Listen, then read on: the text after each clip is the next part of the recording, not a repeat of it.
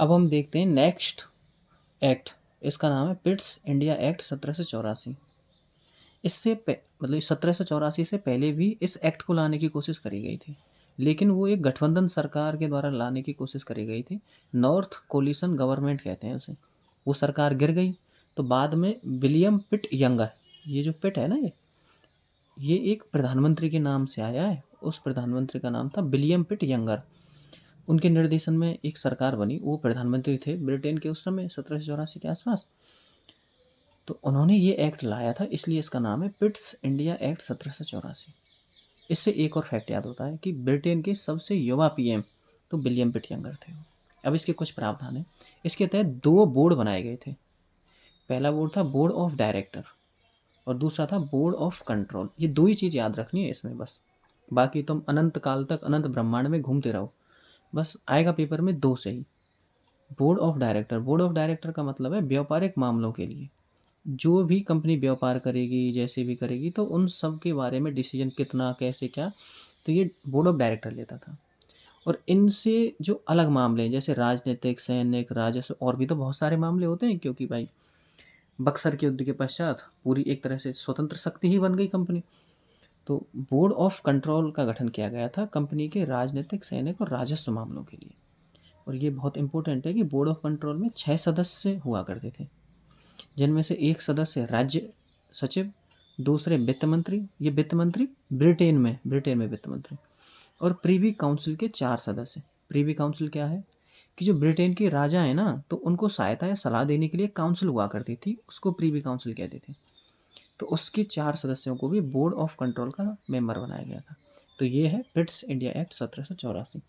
इसके बाद देखेंगे हम एक गवर्नर जनरल आते हैं लॉर्ड कॉर्नवालिस, उनके लिए एक स्पेशल एक्ट लाया जाएगा। उनको लाने के लिए, सोचिए, गवर्नर जनरल्स को लाने के लिए एक्ट लाया जाता है। अब हम उसी को देखते हैं।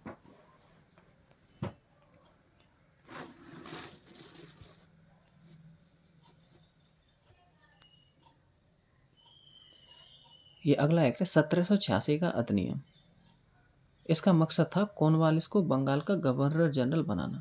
ये लॉर्ड कॉर्नवालिस है, लॉर्ड तो खैर का ही है, पर कॉर्नवालिस है, तो इनको भारत का गवर्नर जनरल बनाना था।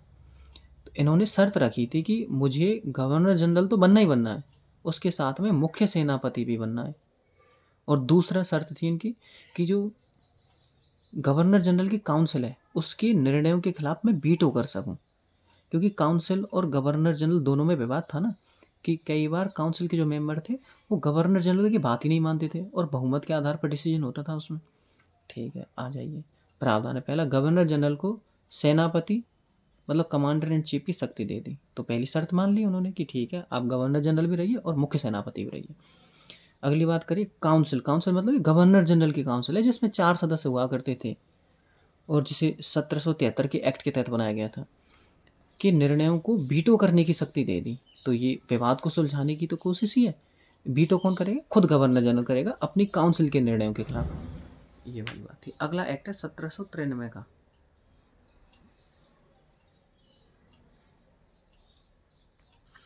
यह है 1793 का चार्टर अधिनियम। अब इसके 20-20 साल बाद कई सारे एक्ट आएंगे, 1793, 1813, 1833, 1853। तो इन्हें हमें पढ़ना है। ये मतलब इतना ज़्यादा इंपॉर्टेंट नहीं है 1793 का, फिर भी। कंपनी का व्यापारिक एकाधिकार। अब देखिए ये है ट्रेड मोनोपोली, 20 वर्ष के लिए रिन्यू कर दिया। ठीक है, रिन्यू होता रहेगा ये लगातार। अभी बोर्ड ऑफ कंट्रोल के सदस्यों के वेतन वगैरह, वेतन हुए, भत्ते हुए, ये सब भारतीय राजस्व से। और ये बहुत इंपॉर्टेंट लाइन है, बोर्ड ऑफ कंट्रोल के सदस्यों के वेतन भत्ते भारतीय राजस्व से। इससे क्या होगा कि आगे एक कॉन्सेप्ट आएगा धन निकासी का सिद्धांत, जो कि आर.सी. दत्त और दादा भाई नौरोजी देते हैं। तो वो इसी वजह से कि यार तुम एक संस्था तुमने वो इंग्लैंड में बनाई और उसके उसके लिए जो वेतन दे रहे हो भारतीय राजस्व से दे रहे हो, तो ये मतलब उसे ख़त्म करो, ऐसे करके आते हो। आगे के सभी गवर्नर जनरलों को भी कॉर्नवालिस के समान ही शक्तियाँ प्राप्त होंगी। कॉर्नवालिस को 2 शक्तियाँ दी गई थी 1786 के अधिनियम के तहत, मुख्य सेनापति और वीटो की शक्ति। तो ये अब सभी गवर्नर जनरल के लिए कर दी 1793 के एक्ट के तहत। अब हम अगला एक्ट देखते हैं, 1813 का चार्टर एक्ट। इसमें 4 प्रावधान पढ़ने हमें, बाकी अनंत पढ़ाए जाते हैं बहुत सारी जगह। पहला है कंपनी का व्यापारिक अधिकार पत्र, ये ध्यान रखना यहाँ पर एक अधिकार शब्द नहीं है, ये व्यापारिक अधिकार पत्र मतलब कि तुम व्यापार कर सकती हो भारत से, 20 वर्ष के लिए रिन्यू कर दिया। एक अधिकार का मतलब होता है केवल तुम ही व्यापार कर सकती हो, और व्यापारिक अधिकार का मतलब है कि तुम व्यापार कर सकती हो, दोनों में अंतर है। देखिए अगली लाइन से समझ में आएगा। व्यापारिक एकाधिकार समाप्त। एकाधिकार का मतलब है कि अन्य ब्रिटेन की कंपनियां भी भारत में आ सकती हैं, कि तुम भी करो 20 साल के लिए, तुम तो करो ही करो, ब्रिटेन की और भी कंपनियां आकर के भारत में व्यापार करेंगी। समाप्त कर दिया। लेकिन दो चीज़ों में अभी भी व्यापारिक एकाधिकार बनाए रखा, चीन के साथ व्यापार और चाय का जो व्यापार था उनमें व्यापारिक एकाधिकार था। 1 लाख शिक्षा पर खर्च करने की बात करी गई थी, और ईसाई मिशनरियों को भारत आने की अनुमति दी गई थी। ये 4 प्रोविजंस हैं बस, इन्हीं को याद रखना, इससे अलग कोई प्रश्न नहीं आता। आता है तो वो आपको याद कर लेना है कहीं अगर आपको मिले तो, बाकी आप पढ़ोगे तो इतना ही पढ़ते हैं पढ़ने में तो। अब हम पढ़ेंगे 1833 का चार्टर एक्ट।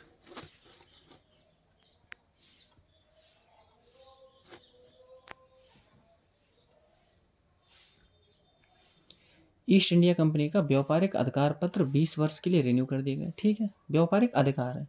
व्यापारिक एकाधिकार पूर्णतः समाप्त। एक क्वेश्चन आता है कि व्यापारिक एकाधिकार कब समाप्त किया गया, तो आंसर है 1813। क्वेश्चन आए पूर्णतः कब समाप्त किया गया, तो 1833, क्योंकि 1813 में भी चीन और चाय के साथ व्यापारिक एकाधिकार बना हुआ था। तो दोनों क्वेश्चन अलग अलग हैं।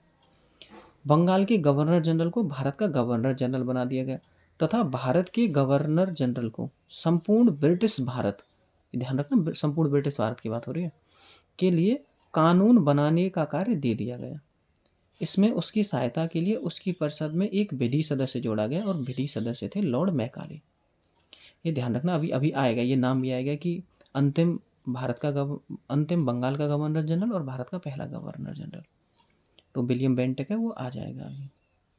बाकी एक विधि सदस्य बना दिया मैकाले। ठीक है। 1834 में प्रथम विधि आयोग का गठन किया गया मैकाले की अध्यक्षता में। क्यों करा गया? भारतीय कानूनों का संहिताकरण करने के लिए। अभी करंट में एक चर्चा में रहा 23वां विधि आयोग, 2024 से 2027 के लिए गठित किया गया। अभी अध्यक्ष बने नहीं है, तो वो भी आपको थोड़ी नज़र में बनाए रखना है। तो पहला विधि आयोग जो है अभी 23वां बना है, तो टोटल 23 विधि आयोग अब तक बन चुके हैं। कंपनी की सेवा में आने वालों के साथ जाति, धर्म, मूलवंश, रंग इत्यादि के आधार पर भेदभाव नहीं। पर यह सब लागू कब होगा? 1853 में, 20 साल बाद लागू होता है। दासों की दशा सुधारने के लिए कंपनी से कहा गया, और कंपनी ने ये दासों की दशा के लिए एक्ट कब बनाया? 1843 में। दास प्रथा उन्मूलन अधिनियम 1843 करके ये एक्ट बनाया था कंपनी ने।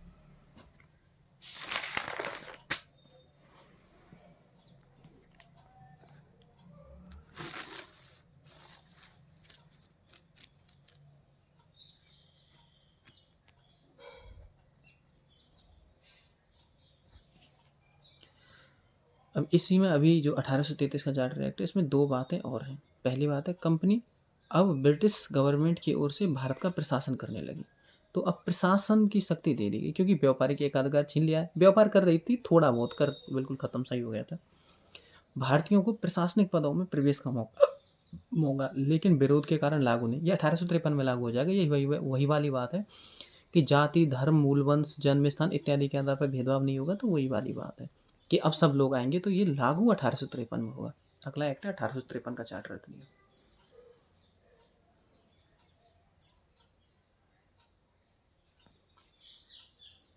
पहली बात है, पहली बार गवर्नर, 1853 का पढ़ रहे हैं हम, ये इसमें जो जो इम्पोर्टेंट बातें हैं वो, पहली बार गवर्नर जनरल की परिषद के विधायी और प्रशासनिक कार्यों को अलग किया गया। मतलब विधायी कार्य अलग कर दिए गए, प्रशासनिक कार्य अलग कर दिए गए। इसके तहत विधान परिषद का गठन किया गया, जिसमें गवर्नर जनरल प्लस 6 सदस्य जोड़े गए। ये 6 थे ना, ये जो टर्म नहीं देख रही है, ये नए लिखा होगा।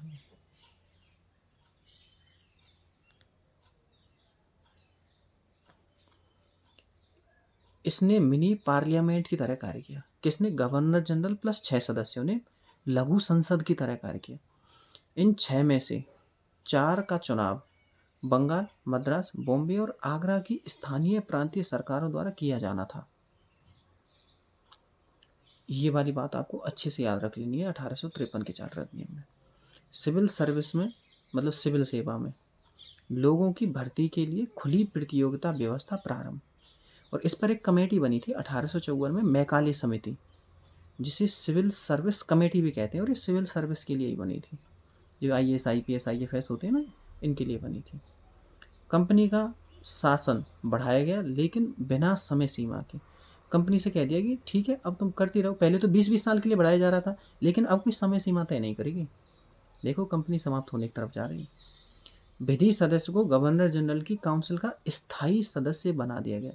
पहले क्या था, 1833 के चार्टर एक्ट के तहत एक विधि सदस्य नियुक्त किया गया था, लेकिन वो स्थायी नहीं था, अर्थात उसे गवर्नर जनरल की काउंसिल में मत देने का अधिकार नहीं था।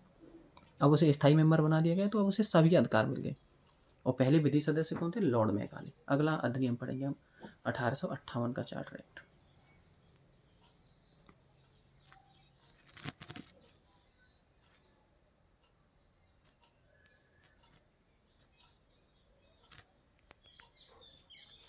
अठारह का चार्टर अधिनियम।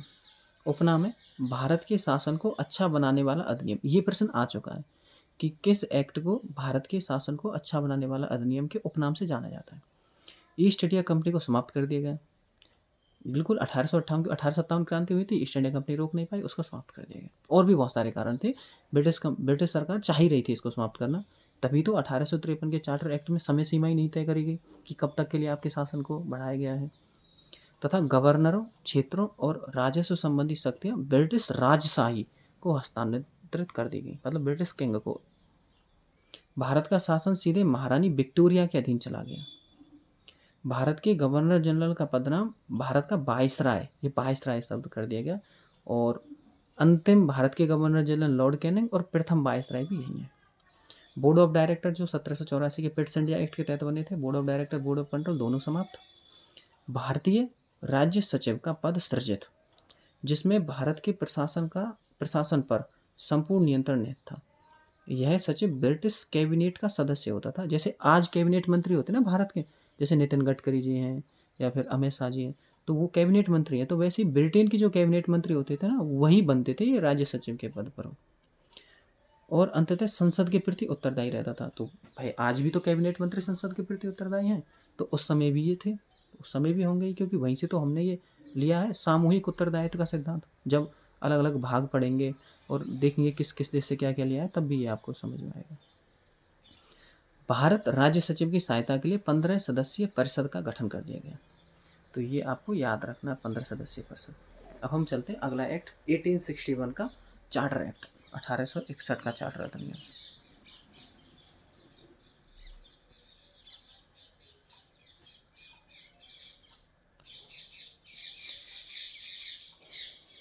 इसमें टोटल 1 2 3 4 और एक अगले पेज पर है, तो 5 बातें हैं जो हमें याद रखनी है। कानून बनाने की प्रक्रिया में भारतीयों को गैर सरकारी सदस्य के रूप में शामिल करने की शुरुआत। ध्यान रखना, बहुत इंपॉर्टेंट बदलाव हो रहा है। कानून बनाने की प्रक्रिया में भारतीयों को गैर सरकारी सदस्य, ये गैर सरकारी सदस्य मतलब ऐसे ही बुला लिए चलो आ जाओ के रूप में शामिल करने की शुरुआत हुई। 1862 में 3 लोगों को शामिल किया गया था। बनारस के राजा थे, पटियाला के महाराजा थे और सर दिनकर राव थे। ये 3 को शामिल किया गया था। अगली जो पॉइंट है वो है विकेंद्रीकरण की शुरुआत हुई थी यहाँ से। मद्रास में बम्बई प्रेसिडेंसियों को विधायी शक्तियाँ पुनः वापस कर दी। पहले ले ली थी ना इनसे, तो अब इन्हें पुनः वापस कर दी। अब 1861 के चार्टर अधिनियम द्वारा वायसराय को अध्यादेश जारी करने की शक्ति प्रदान करेगी। तो अब हम एक और पॉइंट है इसमें जो बहुत ही इंपॉर्टेंट है और कई दफ़े उनसे कई बार उससे क्वेश्चन भी आ चुका है।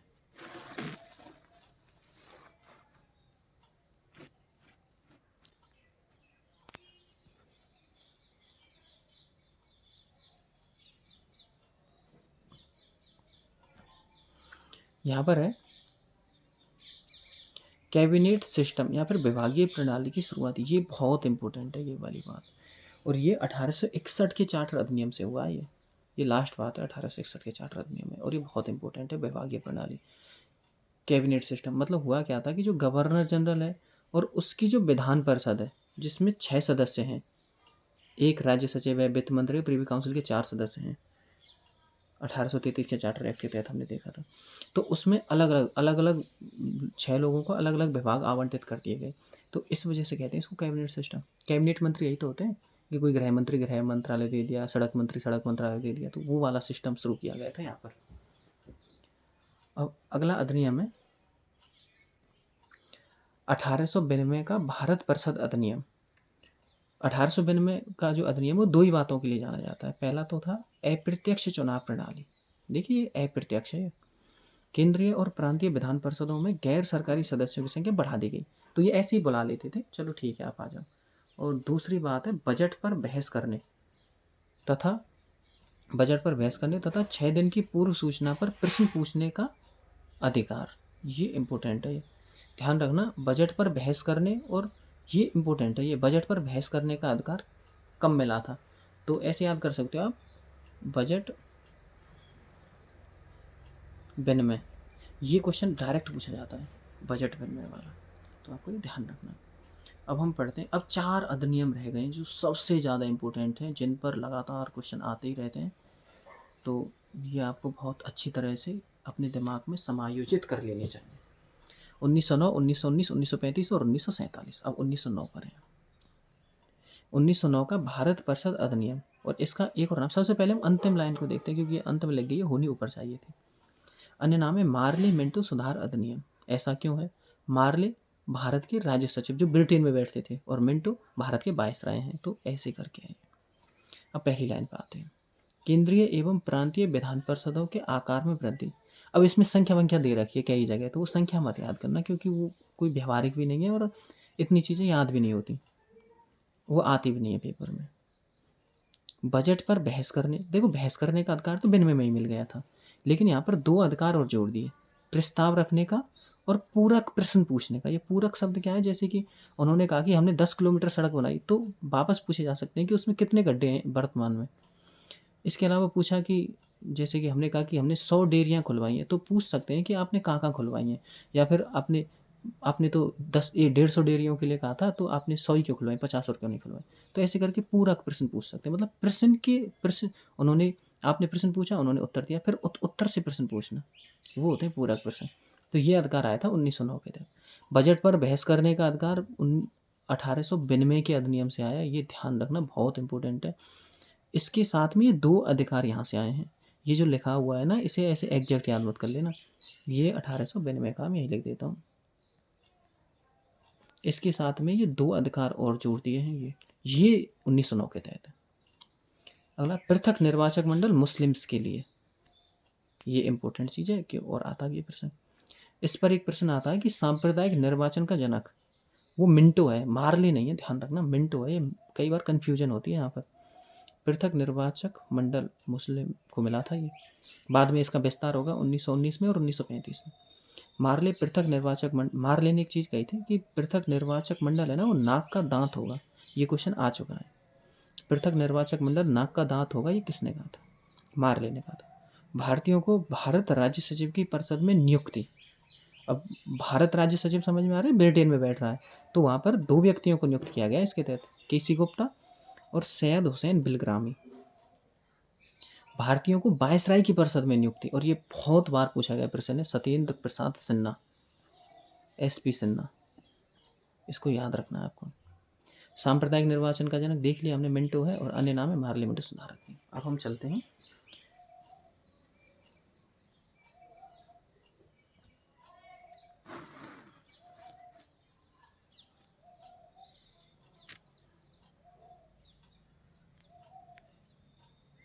ठीक है,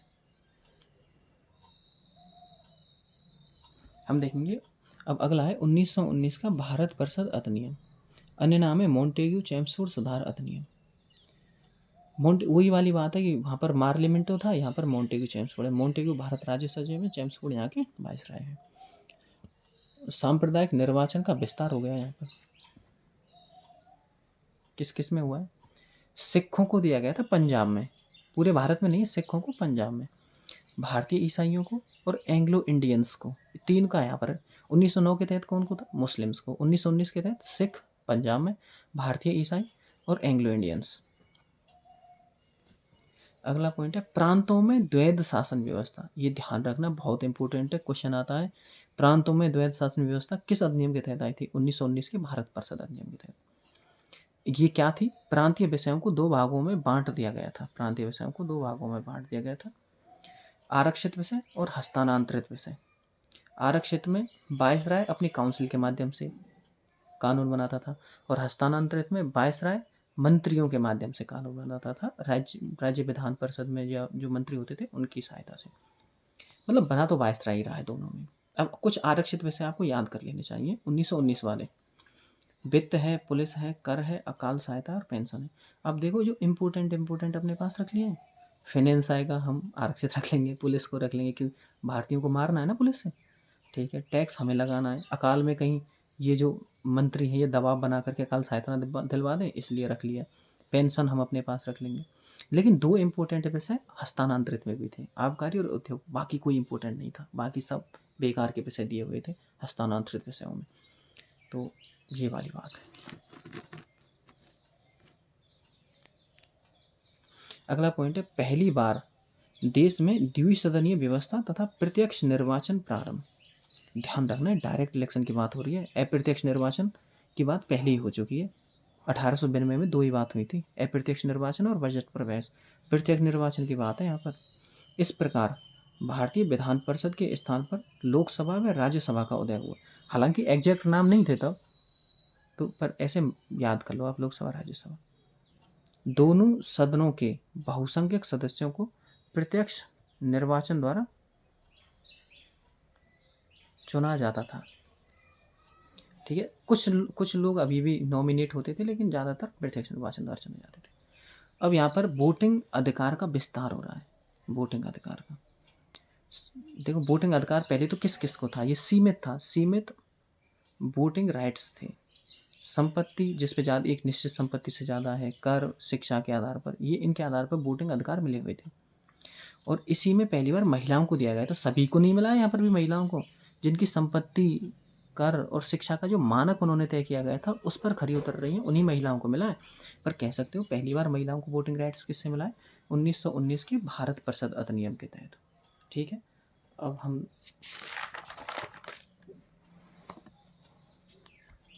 दो बातें और हैं भारत परिषद अधिनियम 1919 में। पहली है, वायसराय की काउंसिल में 6 सदस्यों में से 3 सदस्यों का भारतीय होना अनिवार्य कर दिया गया। और केंद्रीय लोक सेवा आयोग का गठन किया गया था 1926 में, ली आयोग की सिफारिशों पर। तो ये याद रखना, ये कई बार आया हुआ प्रश्न है।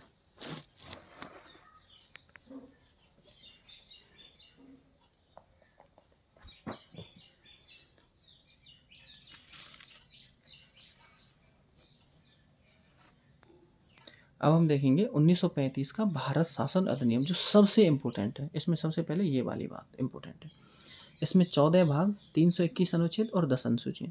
तो कोई सोचे कि मैं पूरा 1935 पढ़ लूँगा, तो नहीं पढ़ पाओगे, क्योंकि 321 अनुच्छेद है। तो इम्पोर्टेंट चीज़ें ही पढ़नी है। बाकी कोई टीचर पढ़ाए तो फिर पढ़ लेना, जिसको ज़्यादा अच्छा लग रहा है तो पढ़ लेना। इसमें एक जो इसके बारे में कहा जाता है, ये क्वेश्चन ये आता है, संवैधानिक निरंकुशता का सिद्धांत किस अधिनियम के तहत आया था? तो ये आया था 1935 के भारत शासन अधिनियम के तहत। तो ये इम्पोर्टेंट है।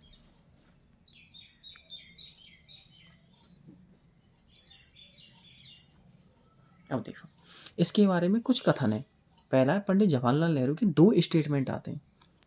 एक ऐसी गाड़ी जिसमें अनेक ब्रेक हैं लेकिन इंजन नहीं है। ये किसने कहा था? पंडित जवाहरलाल नेहरू ने। किसके बारे में कहा था? 1935 के भारत शासन अधिनियम के बारे में। दूसरा कहा था, गुलामी का नया चार्टर। चार्टर का मतलब अधिकार पत्र, गुलामी का नया अधिकार पत्र, ऐसे भी आता है। मोहम्मद अली जिन्ना ने लिटरली यही शब्द यूज करा था, मोहम्मद अली जिन्ना ने, सड़ा हुआ, ऐसे ही कहा था मोहम्मद अली जिन्ना ने। तो अगला हम देखते हैं पॉइंट क्या है। अखिल भारतीय संघ की स्थापना कोशिश करी गई थी, ये स्थापित नहीं हो पाया था, याद रखना। अखिल भारतीय संघ की स्थापना का प्रयास किया गया था, स्थापित नहीं हुआ था। क्यों नहीं हुआ था? क्योंकि ब्रिटेन चाहता ही नहीं था स्थापित हो। क्यों? देखिए आगे पता चलेगा। 11 ब्रिटिश प्रांतों को प्लस 6 चीफ कमिश्नरी क्षेत्रों तथा उन देसी रियासतों से मिलकर बनना था जो स्वेच्छा से संघ में सम्मिलित हों। अब खुद सोचिए, देसी रियासतों के लिए कह दिया स्वेच्छा से, क्या सम्मिलित होंगी देसी रियासतें कभी भी? जब भारत आज़ाद हो गया तब तक सम्मिलित नहीं हो रही। जम्मू कश्मीर जूनागढ़ और हैदराबाद का मामला फँस जा रहा है, तो उस समय कैसे सम्मिलित हो जाएँगे? तो ये इन्होंने बस ये कहा था कि हम ऐसा करेंगे, पर हो नहीं पाया, ये कभी बना ही नहीं था। ठीक है, अगला पॉइंट देखो, प्रांतों में द्वैध शासन का अंत बहुत इंपॉर्टेंट है। लगाए किसके तहत था? 1919 के तहत अंत हो गया यहाँ पर। केंद्र में द्वैध शासन व्यवस्था, केंद्र में द्वैध शासन किसके तहत लग रहा है? 1935 के भारत शासन अधिनियम के तहत। विधायी शक्तियों को केंद्र और प्रांतीय विधानमंडलों के बीच विभाजित किया गया और इसके तहत संघ सूची, राज्य सूची और संवर्ती सूची का निर्माण किया गया। और क्वेश्चन ये भी बनता है कि उस समय 1935 का जो भारत परिषद अधिनियम था या भारत शासन अधिनियम था, उसमें संघ सूची, राज्य सूची, संवर्ती सूची में कितने कितने विषय थे? संघ सूची में 59, राज्य सूची में 54 और संवर्ती सूची में थे 36। ये 54 है, ये 54 है। ये इसमें अगला प्रावधान था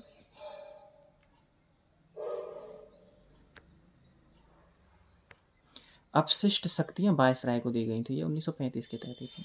अभी भी तो केंद्र सरकार को ही प्राप्त है अपशिष्ट शक्तियां, तो ऐसे करके याद कर लो। संघीय न्यायालय बनाया गया था 1935 के तहत, लेकिन बना कब था? 1937 में। ये आया हुआ प्रश्न है। सेंट्रल बैंक, केंद्रीय बैंक का निर्माण किया गया था। इसमें प्रस्तावना का अभाव था। 1935 के भारत शासन अधिनियम में प्रस्तावना का अभाव था।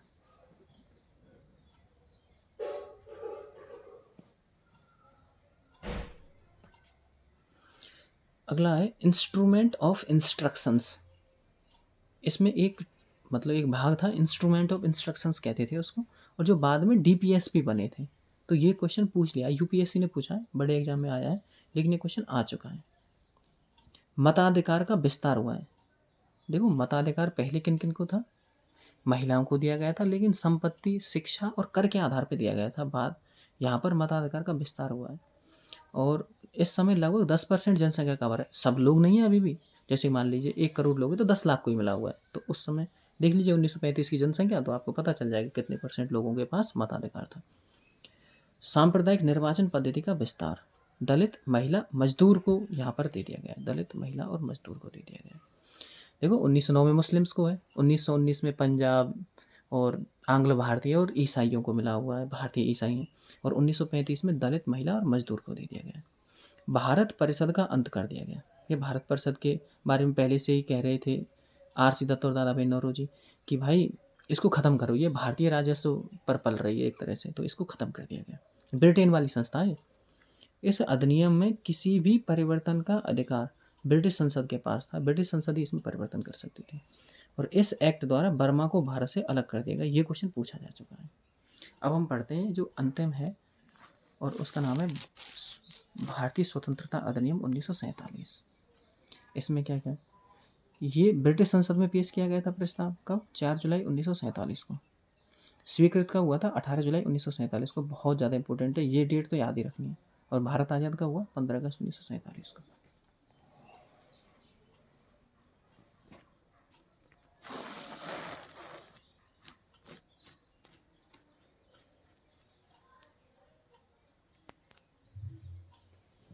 अब इसके जो इम्पोर्टेंट प्रावधान है उन्हें हम अपना देख लेते हैं।